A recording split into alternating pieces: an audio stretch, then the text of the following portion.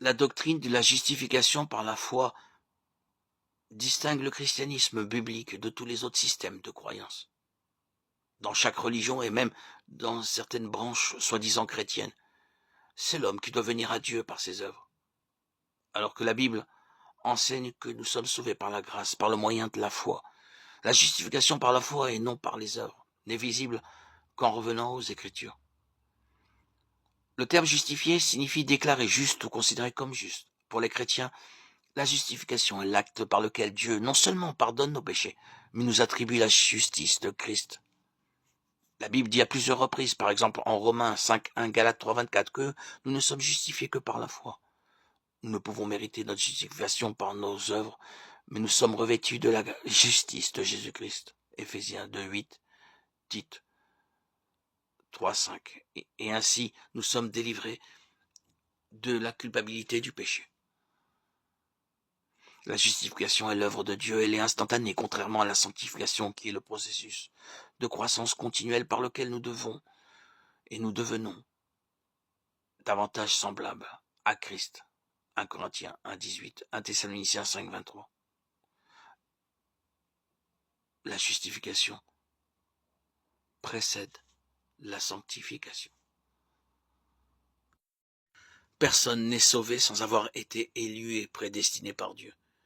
S'il n'y avait pas d'élection et de prédestination, la race humaine tout entière serait perdue pour de bon. La seule raison pour laquelle un pécheur rebelle vient à la foi en Christ est que Dieu a choisi de le gagner, au lieu de le laisser continuer sur le chemin de la destruction. C'est Dieu qui commande. Le salut appartient à notre Dieu qui est assis sur le trône et à l'agneau. Apocalypse 7:10. Allez annoncer à mes frères qu'ils doivent se rendre en Galilée, dit Jésus. Matthieu 28:10. La Galilée pour les disciples, c'était aussi le lieu des souvenirs, surtout du premier appel. Retourner en Galilée, c'est se souvenir d'avoir été aimé et appelé par Dieu. Nous avons besoin de reprendre le chemin, nous rappelant que nous naissons d'un appel gratuit d'amour.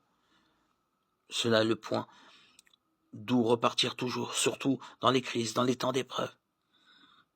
Jésus en voilà, il demande de repartir de là. Qu'est-ce que cela nous dit? Que l'annonce de l'espérance ne doit pas être confinée dans nos enceintes sacrées, mais doit être portée à tous. Parce que tous ont besoin d'être encouragés. Et si nous ne le faisons pas, nous qui avons touché de la main le verbe de vie, 1 Jean 1:1, qui le fera? Qu'il est beau d'être chrétien, qui console, qui porte les poids des autres, qui encourage. Annonciateur de vie en temps de mort.